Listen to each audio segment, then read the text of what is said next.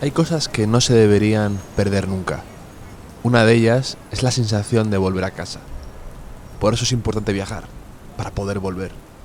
Reencontrarte al abrir la puerta con el olor de casa, tu ducha, tus cajones, estén donde estén. Porque como decía Holly Golightly en Desayuno en Tiffany's, se pertenece a ese lugar donde te sientes a gusto. Ese sitio, el que quiera que sea, es tu verdadero país.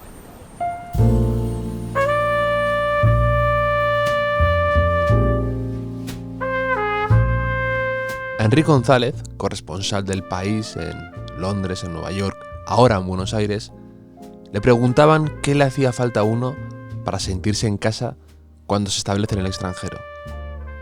Decía, hay quien necesita años, amistades y derecho de voto. Yo requiero unas camisas bien planchadas, una cantidad ingente, no exagero, de pañuelos blancos y una barbería. Todo lo demás es accesorio. Barberías, camisas y pañuelos, duchas y armarios. Elige tu excusa para encontrar tu hogar, pero no pierdas esa única sensación de regreso. Algunas de las historias que más me conmueven todavía las protagonizan precisamente personas que han perdido eso, las ganas de volver a casa. Holden Caulfield en El Guardián del Centeno, Don Draper, Christopher Walken con estrés postraumático al volver de Vietnam en la película El Cazador, Don Quijote, Tom Hanks tras ser rescatado en Náufrago, cuando se da cuenta en el hotel de lo fácil que es conseguir bogavante llamando al servicio de habitaciones o conseguir luz dándole a un simple interruptor.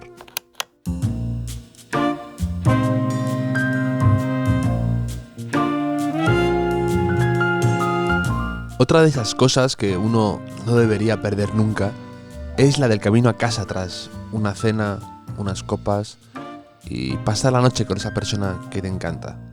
Ese camino que haces sintiéndote inmortal, flotando, a otra velocidad que el resto de peatones. Vas andando con los auriculares puestos y todo parece sincronizado para ti. Se pone esa canción que tanto te gusta, los semáforos se ponen en verde a tu paso, las fuentes lanzan el chorro justo cuando vas delante y las personas parecen formar parte de una coreografía conjunta. En 500 días juntos lo plasmaban muy bien, cuando el pánfilo de Joseph Gordon-Levitt, tras pasar la noche con Zoe de Chanel, sale a la calle propulsado por la euforia, bailando al ritmo de Hall & Oates y se mira en un cristal y el reflejo le devuelve a Harrison Ford. Sentirse como Harrison Ford. Ojalá vendieran esta sensación en formato colonia.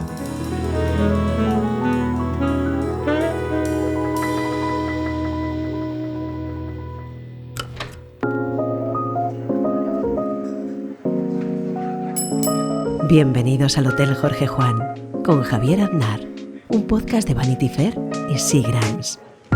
Hoy ha venido al Hotel Jorge Juan a tomarse un Seagrams tónica conmigo Javier Ocaña, crítico de cine en El País, con el que hablaré de la importancia de las películas, de cómo es su vida como crítico, de algunos de sus actores y directores predilectos y de la belleza que hay todavía en ese acto de ir al cine. Truffaut decía que nada hay más bonito que ir al cine y ver en las caras de los demás la pantalla reflejada. Diría que Javier Ocaña lleva siempre ese reflejo en la cara cada vez que te habla de cine. ¿Cómo estás, Javier? Muy bien, encantado de estar contigo aquí. Qué ganas tenía de poder sentarnos y hablar de cine y de muchas más cosas. Lo primero que te quería preguntar es que me interesa mucho de tu trabajo desde un punto de vista, siempre lo he pensado, logísticamente. Es decir, tú cuando vas a ver un pase de una película, ¿cómo trabajas? ¿Anotas tus impresiones en la oscuridad de una sala de cine? No me fastidies. No. ¿Lo haces después? ¿Te preocupa que se te olvide alguna idea? ¿Cómo? Porque un uno que hace una crónica de fútbol lo puede ir apuntando sobre la marcha, de toros, de un restaurante, pero el de cine... El de cine no, el de cine no debe, aunque sé que hay compañeros que lo hacen y cuando lo hacen a mi lado y encienden el móvil o algo para mirar me fastidia muchísimo y hay que llamarles la atención. A ver, yo creo que es nuestro oficio, es nuestro trabajo y deberíamos saber hacerlo viendo la película, emocionándote con ella, metiéndote en el fondo del asunto por un canal del cerebro y que por el otro vaya entrando poco a poco la crítica de cine, sin pensarla. Mi metodología es ver la película lo más virgen posible, nunca se va completamente virgen, a veces sí. Ver la película y luego a la salida, como no tengo coche y voy en transporte público a todos lados, pues me siento en el metro, saco un folio y un bolígrafo a la antigua usanza y empiezo a notar cosas. Ideas, te puede salir una entradilla incluso a bolígrafo, te puede salir un primer párrafo a bolígrafo. A veces no te sale nada, te salen 4 ideas. Y luego con todas esas ideas, días después, a veces semanas después, cuanto menos tiempo transcurra, mejor. No me gusta ver las películas con demasiada antelación, voy siempre al último pase de prensa que haya, en la última semana, en la penúltima semana, y luego cuando me pongo con el documento de Word en blanco, saco mis notas y a veces si tienes una entradilla ya hecha, te la vuelves a leer y te convence, pues solo tienes que volcarla y luego darle un hilazón crítico y si se puede medianamente, no voy a decir literario, que es muy pedante, pero bueno, darle un poco de gracia a la prosa, pues darle hilazón a todo ello y culminar. Y que quede claro 2 cosas. ¿Qué te ha parecido la película? Sin decir exactamente qué te ha parecido la película, sino que se intuya o se sepa, que lo sepa el lector. Y que quede claro también que si eso te parece nuevo, novedoso, antiguo, convencional, aguerrido o pastoso. Además, tus críticas en el país, que no suele ser tampoco lo habitual a veces, pero que no tienen, hoy en día, no tienen notas, ni estrellas, ni el pulgar hacia arriba. Y en esta época en la que parece que hay que poner siempre un ranking, tú eso prefieres que no sea así, ¿no? En el periódico nunca se ha planteado. A ver, yo llevo 16 años escribiendo en el periódico y a mí nunca me han planteado en algún momento, oye, estamos pensando poner estrellas o poner... lo que me parece muy bien, lo que quiere decir que más o menos se nos entiende. A Jordi Costa, que ha estado hasta hace unas semanas o un mes y pico conmigo, a Bollero y a mí. Bueno, yo creo que se me debe entender porque, por ejemplo, te cuento una anécdota en Film Affinity, que es una web que conoce todo el mundo.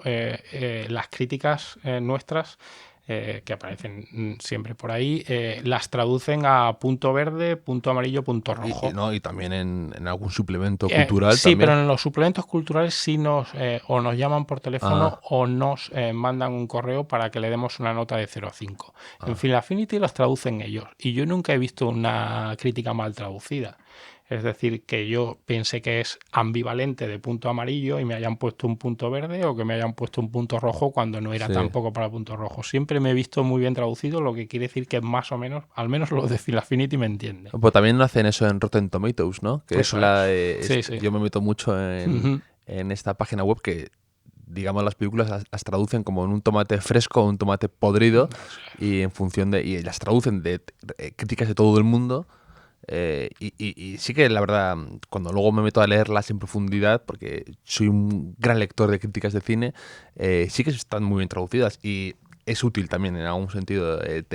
Hay mucha gente crítica con eso, con el tomatómetro y estas cosas, pero... A mí no me molesta tampoco porque entiendo que la gente tiene poco tiempo libre, como nos pasa a todos, y a veces quieres ir a la esencia de la crítica.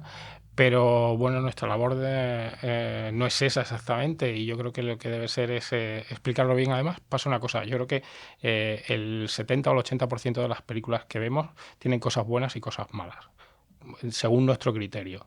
Con lo cual, lo que tiene que quedar es un juicio, entre comillas, juicio más o menos ambivalente en el que tú des unas pautas al lector ejerzas de mediador en un doble sentido, mediador en el sentido de mediar para un rato de ocio que tiene el lector y quiere ir ese fin de semana a ver una película y que se haga una buena idea de ello, y mediador en el sentido de mediar entre una obra de arte o del espectáculo y ese lector. Si tú le das unas pautas que él no se había fijado o no se va a fijar y le sirven como para entender mejor la película, pues perfecto.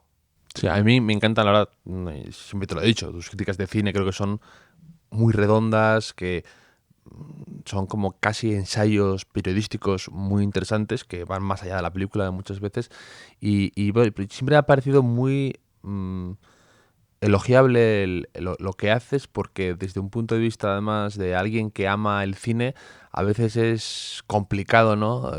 Ser duro con una película o con un director que te gusta pero esa película no, y no apoyarle parece como que te sienta un poco mal. Eso le pasó a mi querido Roger Ebert con Scorsese, que era le encantaba y tenía una amistad, pero con una película le tuvo que criticar.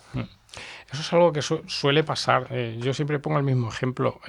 Me hubiera encantado ser crítico de cine en los años 70 para hacer las críticas de las películas de Carlos Saura en su época con Geraldine Chaplin, que tiene 7 o 8 películas seguidas que me flipan y son de mis preferidas de la historia del cine. Y sin embargo, en los 16 años que llevo en el periódico me ha tocado hacer toda esa serie de musicales que me interesan bastante menos y que creo que son menos potentes en todos los sentidos.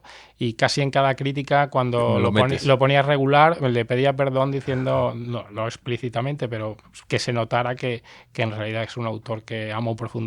Y cuando me he encontrado con él, por ejemplo, en Historia de nuestro cine, en el programa de la 2, en el que trabajo también, casi se lo he confesado. O sea, que suele pasar eso. Y por ejemplo, creo que, o sea, tú eres en lo que escribes siempre muy ecuánime, no usas tu tribuna para vendetas personales ni nada de eso.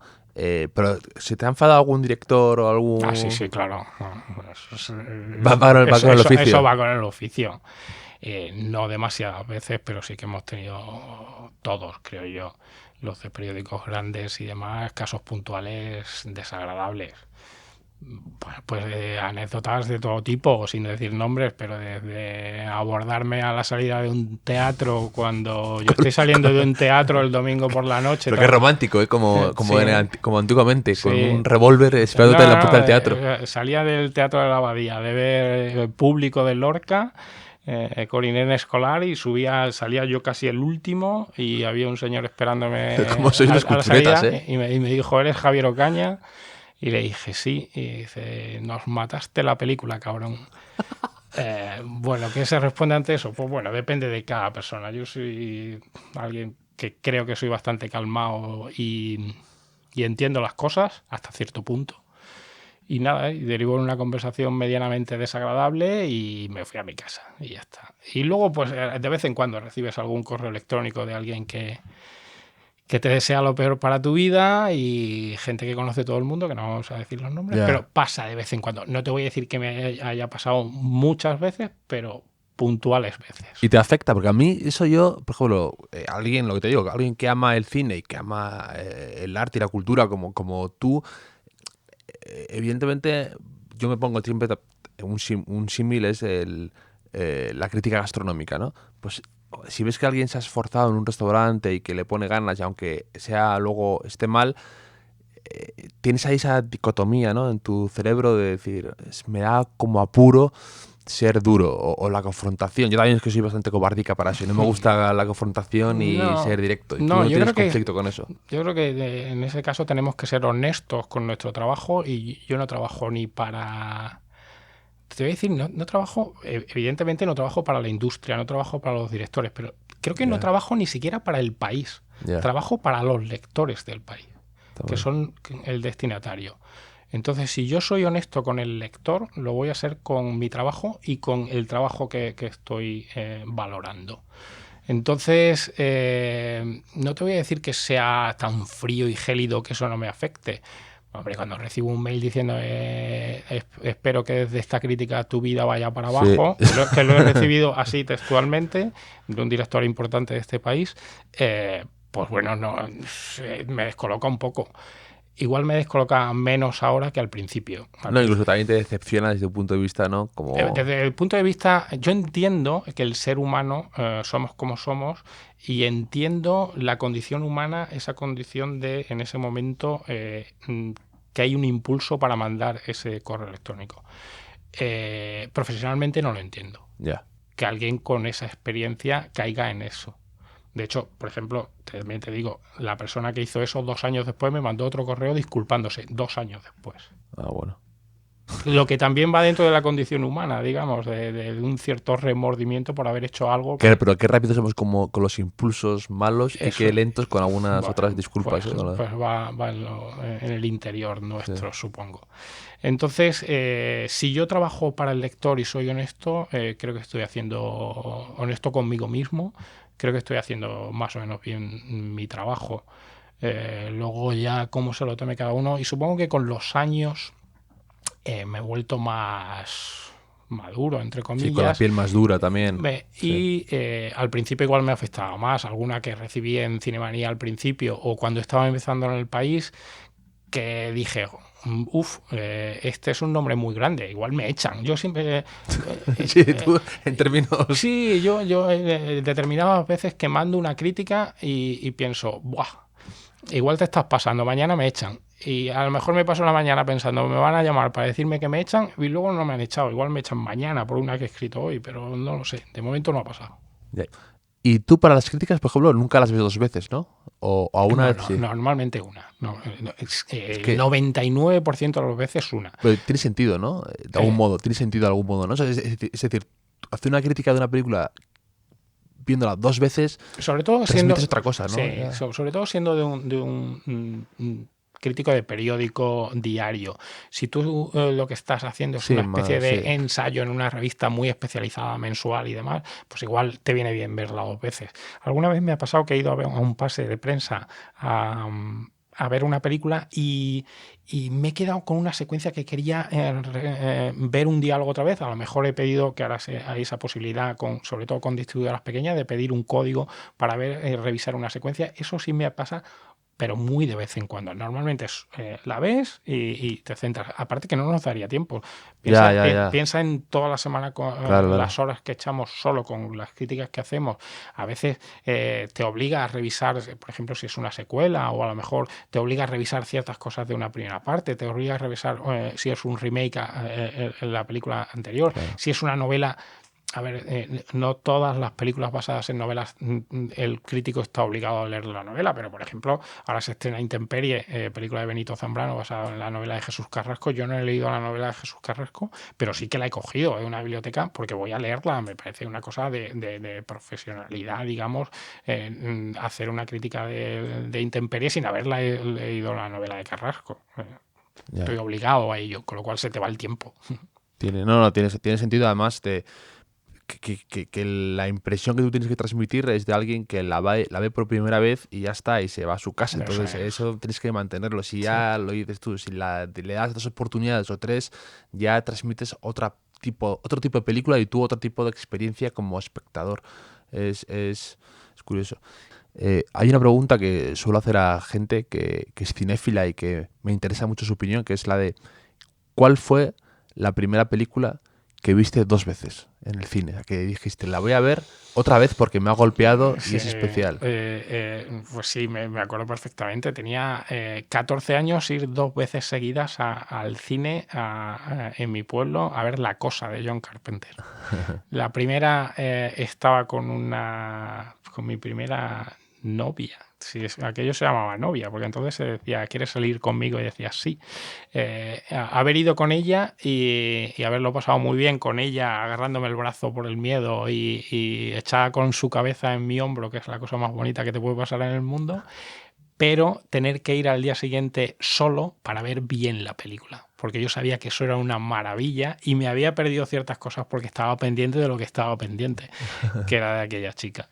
Y recuerdo haberla visto de una forma muy distinta la segunda vez que la primera, y fue probablemente la película de mi adolescencia, la que más veces vi luego cuando me compré un VHS y la tenía en casa, que aquello era lo tenía ya hecho polvo de tanto ponerlo. ¿Tú lees críticas de compañeros, incluso amigos de profesión, y te quedas un poco cuando a uno le encanta una película y a ti no, por ejemplo, o viceversa? Hombre, eso es interesante, ese ejercicio es interesantísimo. Yo nunca leo las críticas de los demás antes de escribir la mía.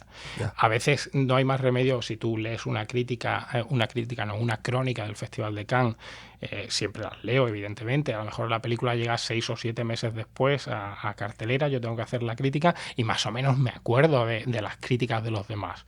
Pero no me pongo antes de escribir, que es un ejercicio que hace mucha gente y que yo puedo entender. Yo no lo hago y a mí no me gusta.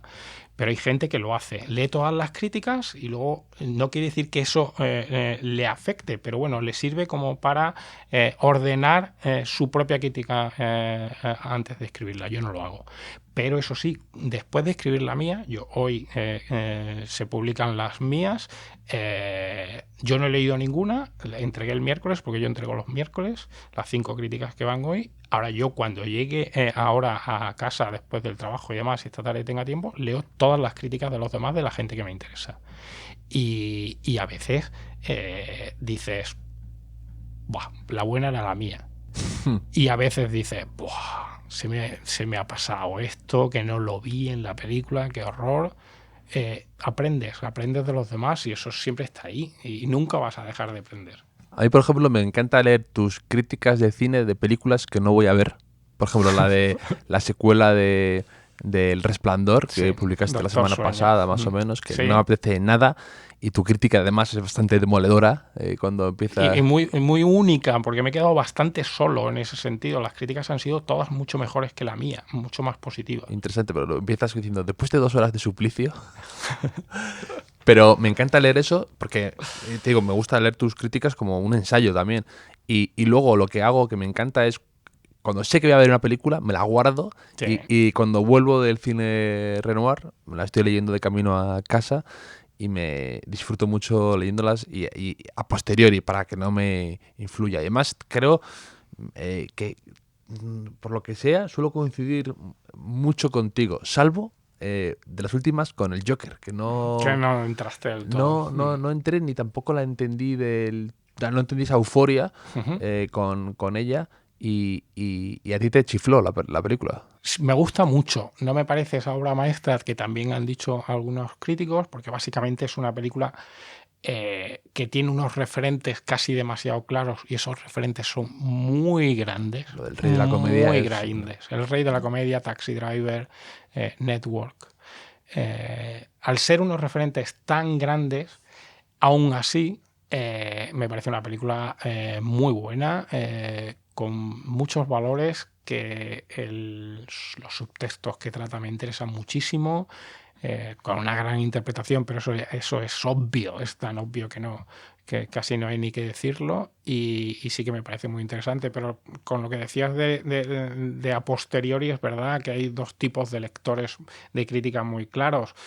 Tú igual eres un tipo de lector para unas películas y un tipo de lector para las otras, pero hay lectores de crítica solo a posteriori, que solo leen cuando ya han ido al cine. Yo antes de empezar profesionalmente, cuando empecé en Cinemanía y antes cuando yo estudiaba Derecho y esas cosas que yo hice, yo era lector de crítica a posteriori. Antes no me gustaba leer nada. ¿Y tú a quién leías? Bueno, leía a Boyero, a Fernández Santos, a Carlos Heredero, que entonces estaba en Diario 16, a Otis Rodríguez Marchante en ABC. Yo la carrera la hice en un colegio mayor de Granada. Durante buena parte luego ya sí me fui a un piso, pero durante 4 años estuve en un colegio mayor y en el colegio mayor estaban todos los periódicos y llegaban los días de crítica y me lo leía todo.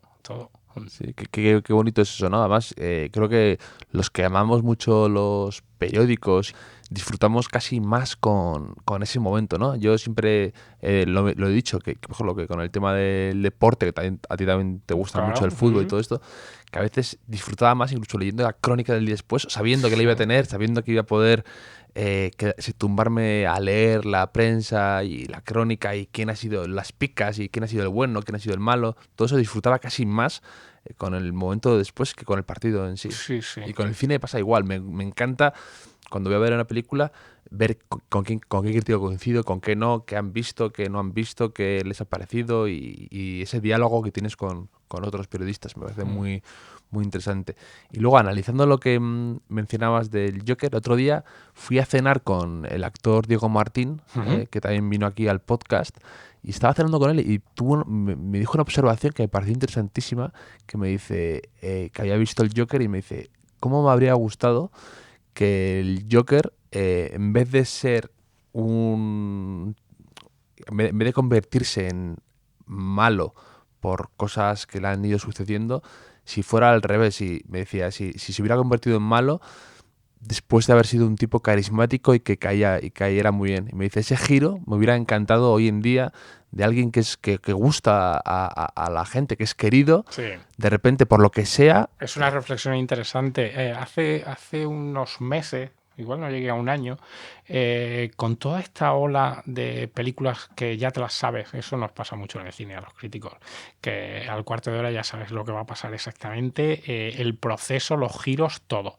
Y pasa, por ejemplo, mucho en un subgénero que es el de las road movies, el de las películas de carretera, de redención de un personaje, Sí. que empieza claramente con muchísimos defectos, el egoísmo, la soberbia, lo que quieras, y que poco a poco, después de una serie de encuentros de carretera, encuentra su redención final. O Green Book, ¿no?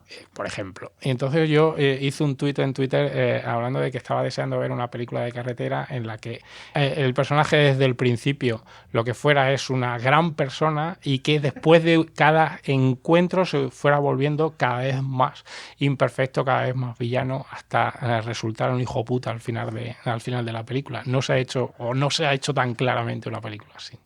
No, pero eso es muy interesante, esa reflexión, que es un poco lo que dices tú, ir por otro camino. Por ¿no? otro camino, coger una estructura más o menos clásica, pero darle la vuelta. Y tú, por ejemplo, haces... bueno, hablando de películas de superhéroes, te quería preguntar también por todo este follón que se ha organizado con Martin Scorsese y con Marvel. Y quería saber tu opinión. Además, justo acaban de publicar en El País la traducción del artículo que ha publicado en el New York Times como explicándose, porque ahora vivimos en estos tiempos en el que alguien da una opinión... Aunque sea Scorsese, luego se tiene que explicar. Claro, una opinión sincera, creo que además bien explicada, estarás de acuerdo o no, pero que... Y el tipo luego tiene que hacer una especie de artículo en el New York Times explicando para las hordas de internet que, oye, que solo os habéis quedado con la última parte, la última frase que dije, la parte más sensacionalista si quieres, y voy a explicarme con 5.000 palabras para que no ofender a las sensibilidades. Y me parece interesante la reflexión, me parece muy interesante que sea un director como él que ponga el tema ese sobre la mesa y que es valiente, porque bueno, no sé si valiente o inconsciente, pensando que a lo mejor no iban a estar esperándole internet. Siempre te están esperando, siempre. ¿No? Entonces, luego leyendo el artículo, pues sí que me ha generado muchos sentimientos, y te diría hasta contradictorios, porque es lo que ha pasado con estas declaraciones, que se ha instalado una guerra entre los puristas que te defienden a Kurosawa y todo lo demás les parece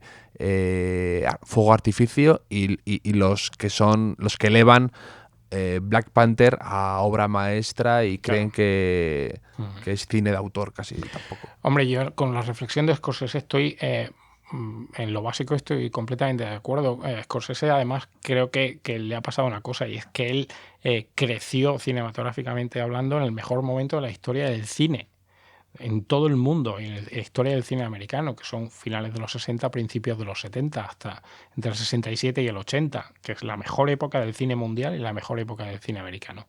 Cuando la mayoría de los productos de las grandes majors, de las grandes productoras americanas, eran productos adultos, complejos, de lo que él habla, de personajes que pueden sufrir y que sufren caídas y que no son unidireccionales, que es lo que viene a decir. Y ahora, cuando tú ves el 80% de las películas de las grandes productoras de Hollywood, todo es muy efervescente, muy convencional, te lo sabes, parecen películas hechas con plantillas, que le pasa a muchas películas de Marvel, no a todas, porque hay muy buenas películas de Marvel o de superhéroes, porque en realidad dentro de esa categoría hay muchas clases.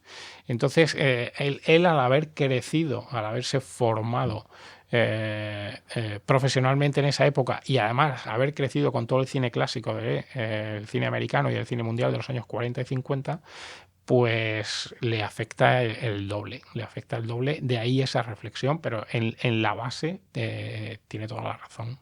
Y él dice además, mucha gente dirá que por qué no dejo entre comillas, por qué no que cada uno vea lo que quiera. No, yo en eso estoy totalmente de acuerdo. Yo no voy a criticar nunca lo que la gente ve. Cada uno, o sea, ya la vida es demasiado corta y tenemos bastante poco tiempo como para yo criticar lo que hace la gente con su vida. Eso lo decía Billy Wilder, ¿no? Decía que el público de uno en uno son tontos, pero que cuando les pones en una sala se convierten en un genio de la crítica, porque es verdad que, oye, pero Scorsese luego dice, ¿hasta qué punto si tú a la gente le das el dicho ese, ¿no? Si tú tiras cacahuetes, pues tienes monos. Y dice, si tú solo haces películas de un estilo, ¿la gente realmente quiere consumir eso o es porque solo les das eso? Entonces, plantea ese tipo de cuestiones que parece que alguien como Scorsese es interesante que la hagas y que reflexione y que ponga el debate en la mesa. ¿Estarás más de acuerdo o no? Yo tampoco soy crítico con el cine de superhéroes porque creo que siempre ha habido el equivalente al cine de superhéroes en cada época. Siempre. Claro, o sea, alguien decía el otro día en Twitter, Robin Hood y Errol Flynn siempre han existido. Sí, siempre han existido, pero no han sido tan inmensa mayoría.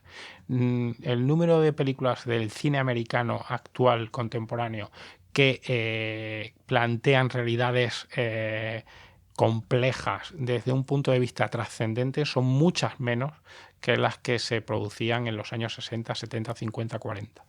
Y luego él también dice otra cosa que es interesante, que dice, estoy en contra de estas películas porque cada vez están más diseñadas en un laboratorio, cada vez están más reeditadas, el trabajo de director deja de ser tan artesano. Es un trabajo hecho con plantilla completamente. Claro, es lo que decías tú antes, sí, que está hecho como para alcanzar este target, para llegar a esta audiencia determinada de esta forma y es demasiado artificial.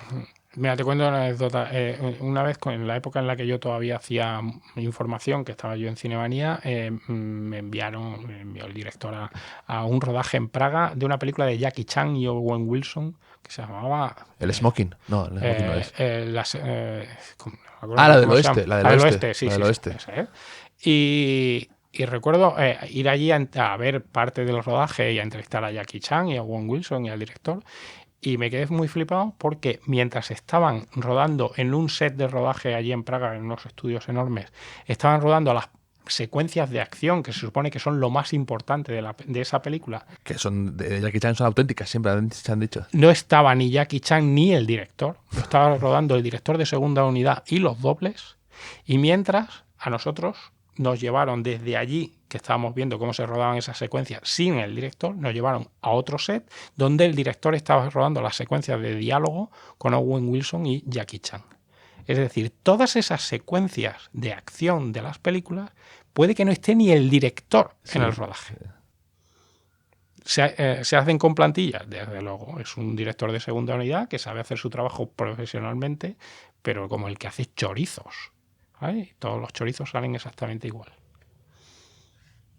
Pero, por ejemplo, el cine de superhéroes, que ahora a mí siempre lo hablo con gente porque me parece un fenómeno extraño. O sea, hace años el cine de superhéroes no era para nada tan comercial, incluso. Tan mayoritario, era de minoritario. De hecho, los que leían cómics y TVOs en el colegio creo que eran mínimos con respecto a los que no lo leían. Por lo menos cuando yo estaba en el colegio. Sí, y luego, como en los años 90, las pelis de superhéroes eran, bueno, te hacía Batman, Tim Burton, pero tampoco era algo más allá de esos estrenos particulares. Pero bueno, pero siempre ha habido Superman, siempre ha habido incluso en el Quijote, las caballerías, no deja de ser superhéroes de ese tiempo. Sí. Entonces, sí que va a haber siempre ese fenómeno algo escapista o de idolatrar a gente extraordinaria y siempre va a haber. Entonces me parece, bueno, que meterte en ese follón te puede llevar a infravalorar cierto tipo de cine, que es lo que dices tú. Hay películas muy buenas dentro del universo de Claro, si es superhéroes. que eso no quita para que a ver, El Caballero Oscuro de Christopher Nolan en un plan trascendente y en un plan refrescante de echar un rato. Recuerdo haberme lo pasado muy bien en Thor Ragnarok, que es una película... Hombre, pues es muy interesante cómo maneja las cámaras ahí. Me lo pasé muy bien, creo que estaba muy bien dirigida. Y sin embargo, recuerdo como un ladrillo insoportable la era de Ultron de los Vengadores. Pero un ladrillo infumable. Sí. Bueno, pues es que... Y tú, por ejemplo, Javier, tienes siempre al final de año una lista que publicas en Twitter de mejores películas del año, que es una cosa que los críticos de cine se hace mucho y se comparte. Y a mí la gente a veces es como contraria a estas listas, pero me parece muy bonitas, ¿no? Hacer una lista al final de año de compartir lo mejor, lo que te ha gustado. No te voy a decir que me digas porque la reservarás y aún no ha acabado el año, pero ¿cuáles vas a meter algunas que vas a meter sí o sí? Y también te voy a preguntar, te voy a poner en un apuro, para ti, ¿alguna decepción de este año? ¿Películas que te esperabas o que tenías...?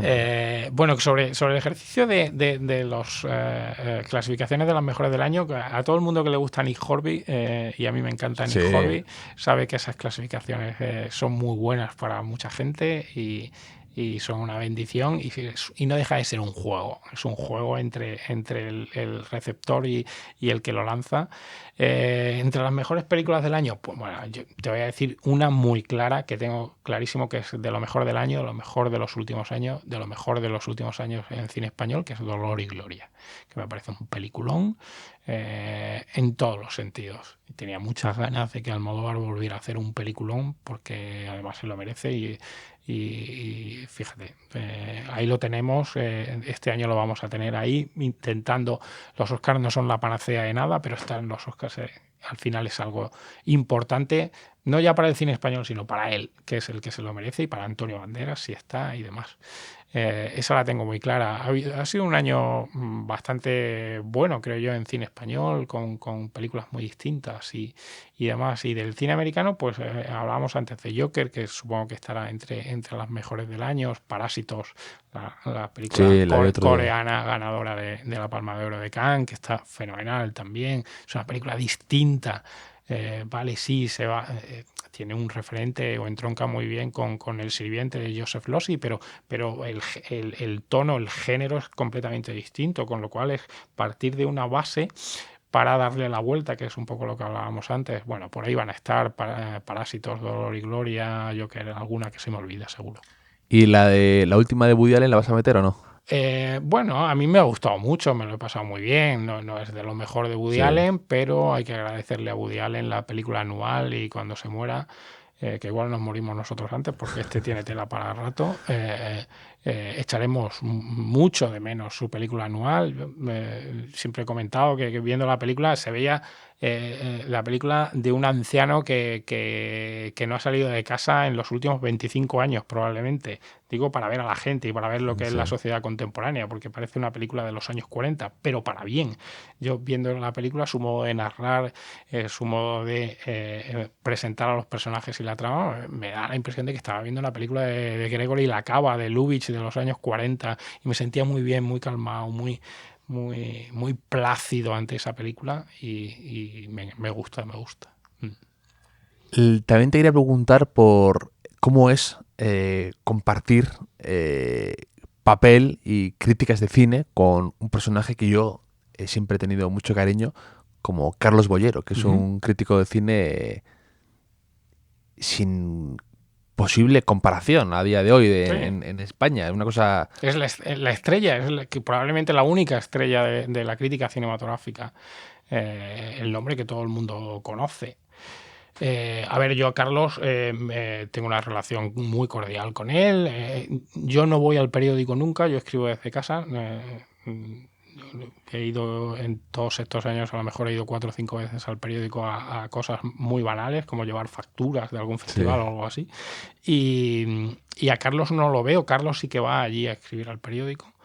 Pero cuando me lo encuentro en un pase, pues siempre ha sido una relación muy cordial. Yo, a gente como Carlos o como a Fernández Santos, que ya falleció, bueno, cuando yo llegué al periódico fue un poco porque Ángeles estaba enfermo.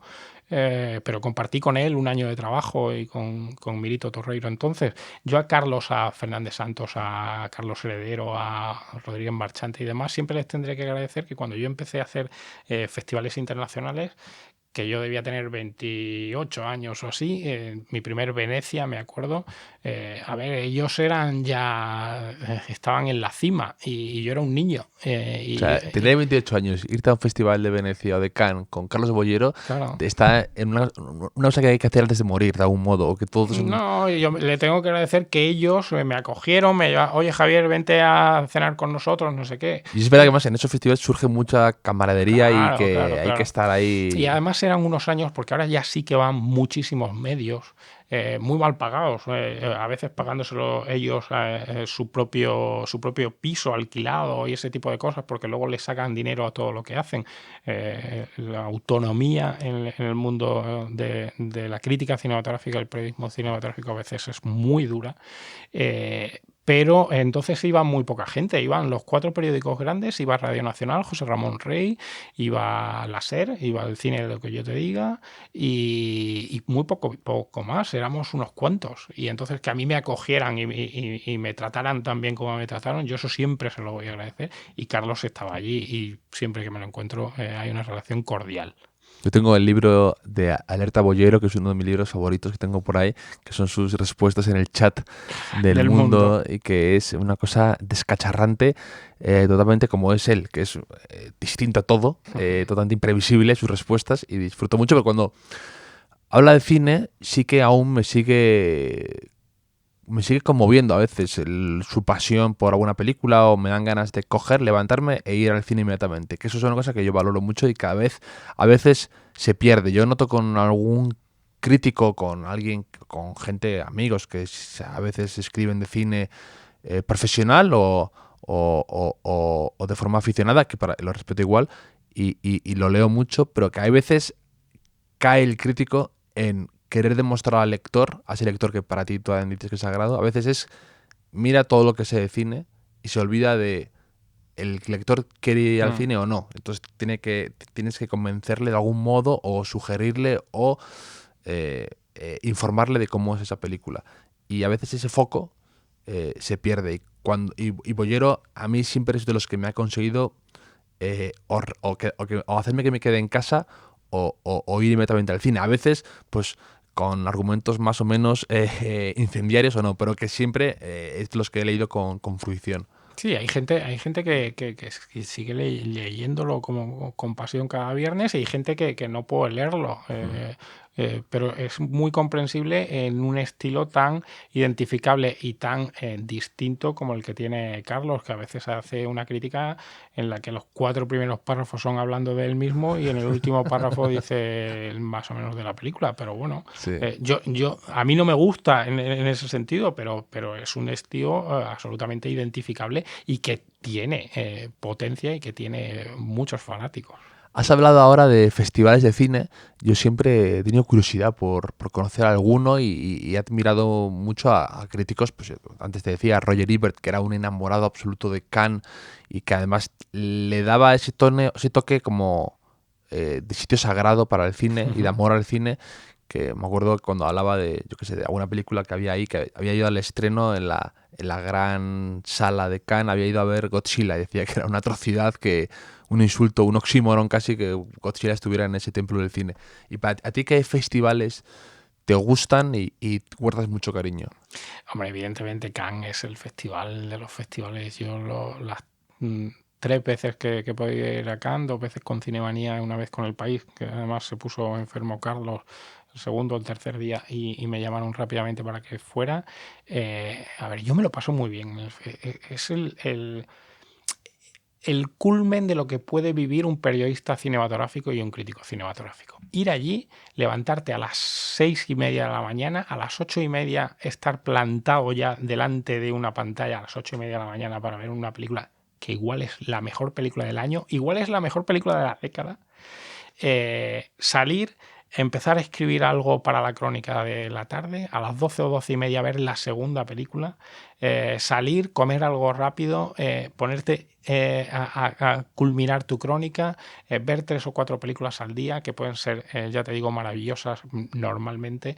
Esa presión de que te llega a la hora del cierre y tienes que escribir y darle un toque de color al festival, que no se trata solo de enlazar 2 críticas de cine, sino demostrar que estás allí viendo un festival, esa atmósfera viviéndolo el festival. Eso es, esa atmósfera.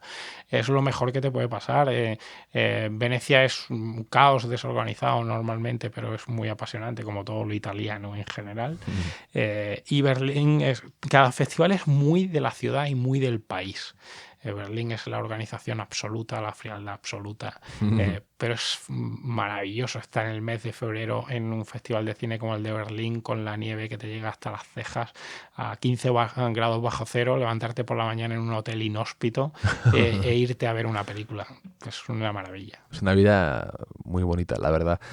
Alguien que ama el cine como tú, esta guerra un poco que hay ahora con el cine y el streaming, digamos, ¿no? El de Netflix. Ahora Scorsese, sin ir más lejos, que acabamos de hablar de él, va a estrenar The Irishman, ¿no? Sí. Se va a poner en unas pocas salas unas semanas y a los pocos días está. Bueno, y lo ha hecho también Arévalo, ¿no? Ahora Arévalo con 17 estrenó algunas salas. Sí. Y luego Roma fue así también. ¿Qué te parece a ti esta nueva forma de consumir el cine? Yo soy poco talibán en ese sentido. Sí. Yo cuando la gente está solo en el sentido de todos los cines se cierran, esto se acaba. Son nuevas formas. En muchos aspectos hemos mejorado. Cuando yo era, no te voy a decir adolescente, cuando era joven, cuando estaba en la carrera, que no existía aún ni internet ni nada, si tú querías ver una película rara, tenías que esperar a que le pusieran una filmoteca. Sí. Ahora tienes el acceso ahí para verla en cualquier televisión, en cualquier... la revolución del DVD, que supuso una revolución. Ahora ya el DVD, ¿quién se compra un DVD? Nadie. No, de hecho es un tema curioso, porque yo incluso alguna vez me quiero comprar DVD, pero no tengo dónde ponerlo ya. Claro, es curioso. Sí. Lo raro que... Porque ahora consumo mucho televisión, mucho cine en mi ordenador, en mi iPad, que es grande y que lo puedo ver bien en calidad, y ya el DVD ha quedado... Sí, completamente, pero ahí tengo yo mi casa todavía llena de VHS.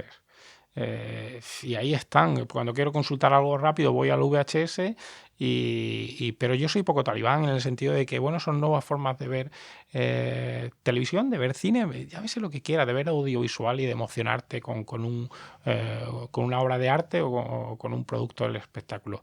Y yo, mientras se sigan haciendo buenas películas, me da igual donde se vean. El otro día fui a los nuevos cines Palafox, que los han puesto como de lujo para que la gente pueda comer y tomarte una cerveza y vale 16 euros o algo así en lugar de 10. Fui a un preestreno porque no había podido ir al pase de prensa, en el que por cierto tenía a Marcelo, el futbolista del Madrid, a mi lado con su mujer y su hija viendo Maléfica 2.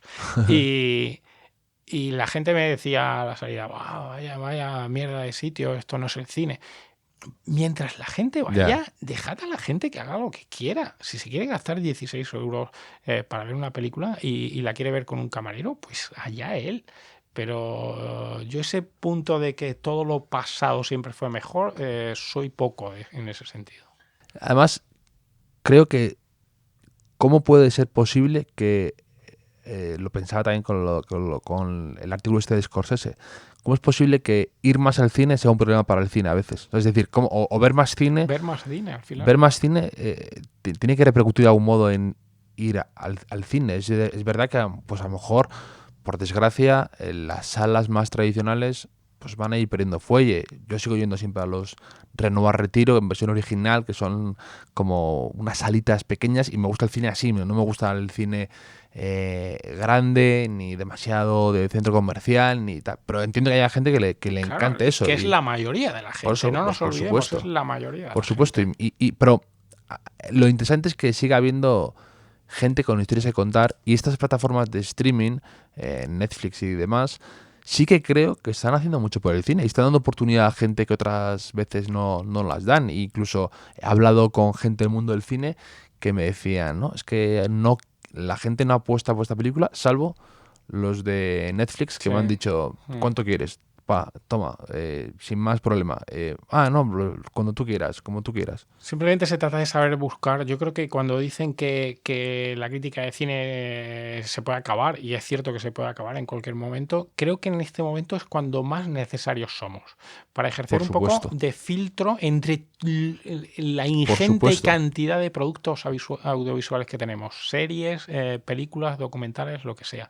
Y tú entras en Netflix y ves que hay muchísima basura, pero puedes encontrar joyas absolutas. Joyas que te han pasado desapercibidas. Una de las mejores cosas que me han pasado como espectador de la audiovisual este año ha sido poder ver La Guerra de Vietnam, el documental de Ken Barnes. Ken Barnes americano.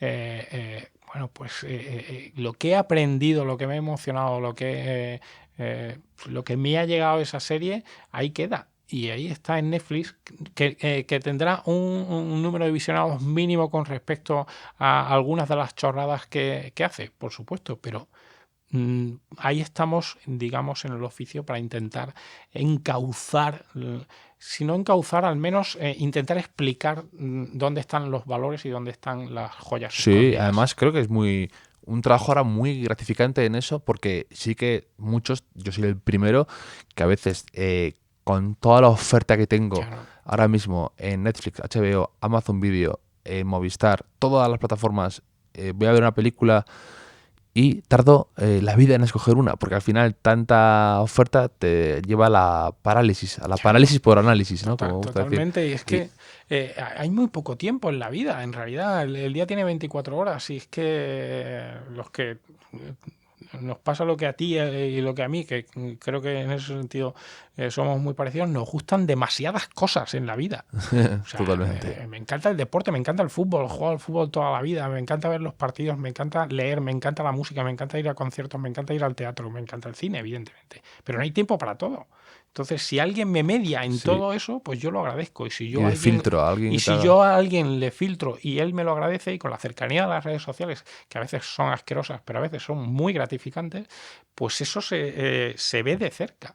Sí, separar el oro, las pepitas de oro Sí. del barro y la arena va a ser más importante que nunca. Yo creo, además, soy muy partidario de eso. Cuando la gente es muy apocalíptica y va a ser todo el fin del mundo, tú tienes que aprovechar para ir por el lado contrario a la mayoría y sacarle provecho. Y lo que dices tú, usar las redes sociales, por ejemplo, en el tema de periodismo, yo lo he notado que lo he hablado con gente que trabaja ahí, que cuando tú haces un artículo sobre las mejores películas de Netflix o los mejores documentales en HBO o algo así muy de separar el grano de la paja, eso revienta en visitas y es muy... la gente lo agradece, que tú le descubras y que tú... O ir a ver una película con tu sello de aprobación. Eso a la gente le interesa mucho y lo aprecia, porque con tanta oferta mola ir recomendado por alguien a una película. Es verdad. Luego lo que sí que echo de menos es en ese tipo de reportajes, en ese tipo de artículos, que haya una Un pozo, verdadera calidad y un verdadero pozo, y que no se trate simplemente de elegir por Absolutamente. elegir, sino que haya un análisis. Claro. Y Y lo notas enseguida, ¿eh? Cuando Claro, cuando eso te encuentras es. un artículo que dices eh, me ha seducido inmediatamente el análisis en 2 líneas puede Sí, ser, ¿eh? claro, si es que La observación. se puede hacer un muy buen análisis en medio párrafo. Y sí que es muy útil y yo creo que hay un potencial tremendo y que no hay que ser nada negativo con el futuro de la crítica de cine, porque mientras sean importantes las historias y las películas, que lo van a ser siendo, además siguen estando en la conversación, vas a una cena y la gente te pregunta por una película, nos encanta hablar de cine y llevar nuestros propios temas mentales o que tenemos en nuestro interior a una sala digerirlos y salir de ahí un poco cambiados por una película, que es muy bonito sin duda. ese momento de salir del cine y que todo te parezca un poco diferente, ¿no? Sí, es un poco esa dicotomía entre el cine y la vida. A mí buena parte de las cosas de la vida me las ha enseñado el cine y buena parte de las cosas del cine me las ha enseñado la vida. Para entenderlo mejor. He entendido mejor la vida a través del cine y he entendido mejor el cine a través de la vida. Qué bonita es esa escena, ¿no? De Woody Allen en Annie Hall, ¿no? Cuando el tipo... no, Annie Hall, no, perdón, en Hannah y sus hermanas. Cuando dice que está agobiado y que no puede más y su recurso es meterse en una sala de cine en mitad de una tarde y ver una película antigua y sale de ahí con otro espíritu, otra mentalidad. Totalmente, a mí me pasa por la noche. Yo a veces llego demasiado ya lastrado del día de ver películas y de analizar y de escribir y demás. Y últimamente cada vez leo más y escucho música más después de cenar. Pero hay determinados días en que lo que digo es, hoy me apetece la calma de una película de esas que sé que me va a llevar a acostarme con una tranquilidad que en este momento no tengo. Y sé qué directores son, sé qué películas son. A ver, ¿cuáles son algunos? ¿Me puedes compartir algunos? Sí, a mí, por ejemplo, me calma mucho John Ford, el cine de John Ford, me calma mucho el cine de Michael Powell y Emmerich Pressburger, me calma el cine de Lubitsch, me calma el cine de Saura, incluso, ese cine de Saura que hablábamos de los años 70. Sé que me transportan a un lugar que está dentro de mí, que está dentro de lo que yo he vivido y que me va a venir bien psicológicamente. ¿Y qué películas tienes ganas de ver que se estrenen próximamente? Que tengas como ganas de poder ir al pase y que te despiertes porque a veces a mí también me pasa que, ¿no? que vivimos con tanta sobredosis de estrenos o de actualidad que no... Hemos perdido a veces esa especie de gusanillo que tienes en el estómago por ver algo que tengas ganas de que se estrene, que llegue. Es evidente que el irlandés es la película. Scorsese es uno de los nuestros. Es clarísimo que cada película de Scorsese, aunque creo que su gran época fueron los 70 y los 80, no ha dejado de dar puntuales obras maestras y ojalá el irlandés lo sea. Estoy deseando verla. ¿Tu favorita no porque sea la mejor, sino tu favorita de Scorsese por lo que sea? ¿Cuál dirías que es? Pues ahí estaría entre Toro Salvaje, Taxi Driver... Toro Salvaje, Taxi Driver, sí, probablemente. ¿Estás ahí siempre en esa...? Sí. Cuando veo una pienso que es esa y cuando luego veo la otra un año después digo, no, era esta. Eso es algo que pasa con bastantes directores, por suerte. Me pasa también con William Wyler, con John Ford, con Paul Thomas Anderson. Cuando vuelvo a ver Magnolia digo, la buena era Magnolia. Y luego veo The Master o veo Pozos de Ambición y digo, no. Pues bueno, es bonita esa duda. Magnolia, obra maestra, otra vez la volví a ver, dura 3 horas y largas, ¿no? Sí. Pero es una película es la gran distinta. La gran película sobre la sociedad contemporánea, sobre todos los miedos, los terrores, los dolores y las ambiciones de la sociedad contemporánea y esa plaga bíblica de ranas que nos manda absolutamente no sé quién, pero alguien desde arriba o de donde sea. Y el otro día estaba leyendo justo sobre directores de cine y decían que actuales Paul Thomas Anderson y Nolan eran dos de los tipos que mejor habían entendido el funcionamiento de Hollywood. Yo soy menos Nolan que los de Nolan. Yo también, Yo, por ejemplo, yo no soy tan... A mí, no soy tan de Nolan. Hay cosas que me gustan mucho y cosas que me gustan bastante. Origen no me gusta. No me gusta y sigo sin entenderla y un poco... me siento un poco mal a veces. Es decir, a lo mejor no aprecio este cine tan particular y no me he metido tanto, no he hecho el esfuerzo por encontrar el significado de la película, pero me pareció más efectista que otra cosa, sinceramente. Pero aún así, sí que es un tipo es un director muy interesante, evidentemente. Que tengo ganas siempre de que estrene algo y por supuesto. Y hablaba muy bien, muy elogiosamente hacia ellos, diciendo que eran tipos que habían entendido perfectamente el mecanismo con los estudios de cine, que eran estos directores grandes que no dan un paso en falso con yéndose del presupuesto o yendo de genio, sino que Saben entender sí. el negocio. Hay una serie de directores que yo estoy siempre deseando de que hagan nueva película. Nolan es uno de ellos, pero entendiendo que hay cosas de Nolan que me gustan menos, pero sí que está clarísimamente Paul Thomas Anderson, está David Fincher, está Joaquin Trier, el director de Oslo, 31 de agosto, que me encanta. Bennett Miller, que no es de los más conocidos, el director de Moneyball y de Foxcatcher, que son dos películas deportivas que me flipan, más allá del deporte. Bueno, es que está... Luego hay debilidades personales. Ahora está grabando, suerte está está rodando lleno. su nueva película Aaron Sorkin como director, que Claro, como director no sé qué grado de calidad va a tener su carrera, pero sí que... lo que hemos disfrutado con Aaron Sorkin, con el ala oeste de la Casa Blanca, con la red social, con infinidad de cosas, con esos diálogos únicos. Dicen que también quiere hacer una secuela de la red social. Porque claro, Lo leí el otro día, sí. con todo lo que Sí, está... sí, se puede hacer una. Hombre, por supuesto, con todo lo que está, con el devenir de Facebook y un poco es curioso porque me acuerdo hace relativamente poco tiempo que Zuckerberg, el rey Midas de Facebook, iba a ser, decían que era el candidato ideal y el futuro presidente de Estados Unidos. Y ahora, una caída en desgracia, voló muy cerca del sol y ahora está en el punto de mira y muy criticado. Y me encantaría ver el punto de vista de Sorkin de todo eso. ¿No? Es interesante, sí. Pues el mundo va a velocidad de vértigo y lo que era la modernidad absoluta ahora igual necesita una revaloración. A mí lo que me preocupa es la falta de creatividad ahora, ¿no? Como que tiramos demasiado de remakes, de volver a fórmulas que ya saben que han funcionado, poco atrevimiento. De demasiados referentes.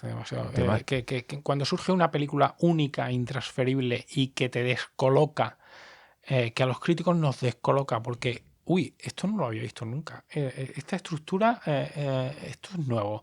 Este modo de narrar es nuevo. Cuando te ocurre eso, es lo más bonito que te puede ocurrir. Cuando ocurrió con Tarantino, siempre la gente habla. Marañón decía eso, Marañón. Cuando vino aquí decía, cuando yo fui a ver Pulp Fiction con mi padre al cine, a mi padre le gustó menos, pero salí de ahí diciendo... Aquí acaba de ocurrir algo distinto, la forma de narrar, los saltos temporales, las referencias culturales y luego como evidentemente y fíjate si tienes Tarantino referentes, pero es hacerlo único.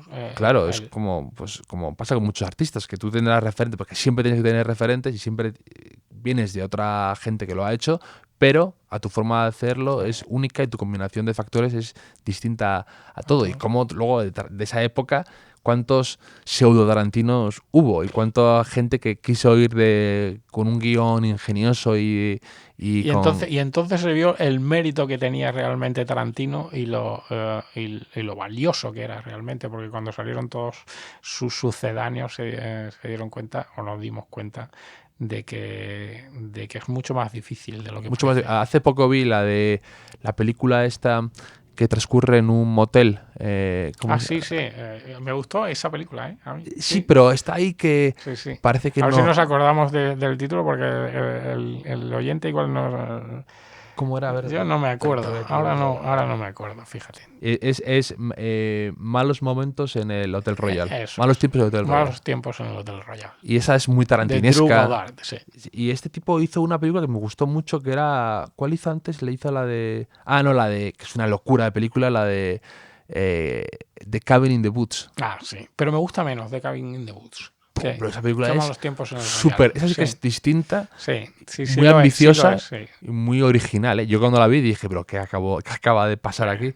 Y la de Malos tiempos en el Hotel Royal es muy tarantinesca, pero no consigue esa... Ahí ves lo difícil que es. ¿A ti te gustó la última de Tarantino? Sí, me gusta mucho. Lo que hace en esa media hora final, y antes, pero lo que hace en esa media hora final con una historia real y darle la vuelta a la sensación que te crea esa historia y terminar la película como la acaba, en el último plano, que no lo vamos a decir por si alguien no lo sabe, pero todo el mundo sabe lo que le ocurrió a Sharon Tate, y lo comparas con lo que te transmite ese último plano subiendo por esa cuestita hacia el chalet, de los que van subiendo andando, es una preciosidad, es una maravilla.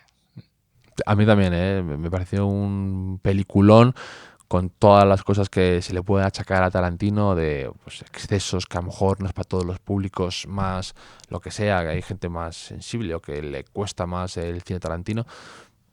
Pero esos detalles que a veces quedan un poco eclipsados por lo más efectista de él, esos detalles que dices tú, esa sensibilidad, esa belleza en algunos planos, en algunas... O sea, yo veía a Brad Pitt solo conduciendo por la carretera, y eso es el cine, porque el cine a veces no es solo un modo de narrar, el cine es tener una imagen insólita que queda para la historia. Igual que tú ves a Paul Newman y a Robert Redford en Dos hombres y un destino, simplemente mirarse al borde de un acantilado y eso es el cine, tú ves a Brad Pitt y a Leonardo DiCaprio echando unas risas y eso es el cine, eso es el carisma de las grandes estrellas que lo son por algo, ¿no? Y más allá de la belleza, hay una belleza.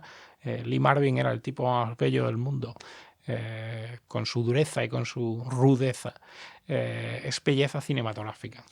¿No? ¿Cuántos actores ahora hay que tienen un carisma especial? Desde Adam Driver, ahora que es joven y que lo está reventando, pero que actores que pues tienen ese carisma interior y que emana esa especie de fuerza magnética que tiene en el cine, que es especial. Además, lo notas enseguida, ¿eh? Sí. A veces cuando estás ante una estrella de cine de las que ya no quedan pocas y que porque aparte también me gusta las que tienen ese toque todavía algo elusivo, ¿no? O sea, cuando Brad Pitt, todos sabemos quién es Brad Pitt y todo, pero no es alguien que comparta todo en redes sociales, tiene algo ahí inalcanzable, raro, que no sabemos, incluso parece que ha hecho un pacto con el diablo para seguir tan joven o tan... Sí, es una estrella del cine de siempre. De siempre. De siempre. Y DiCaprio igual. Sí. Y DiCaprio también tiene ese toque de estrellón. Además de que han hecho una carrera muy sólida cuando podrían haber ido por otros derroteros más facilones. Deben ser tipos inteligentísimos, saber muchísimo. Tú solo hay que fijarse en las películas que está produciendo Brad Pitt. O sea, que Brad Pitt se ponga a producir a James Gray, que es otro de mis directores preferidos. Es uno de tus siete fetiches. Claro. Yo, un ejemplo de alguien que me ha descubierto un director interesantísimo como es James Gray, fue por ti, porque tú hiciste una defensa muy encendida, o sea, muy elocuente y muy apasionada de su cine, que parece como que pasa de puntillas y que además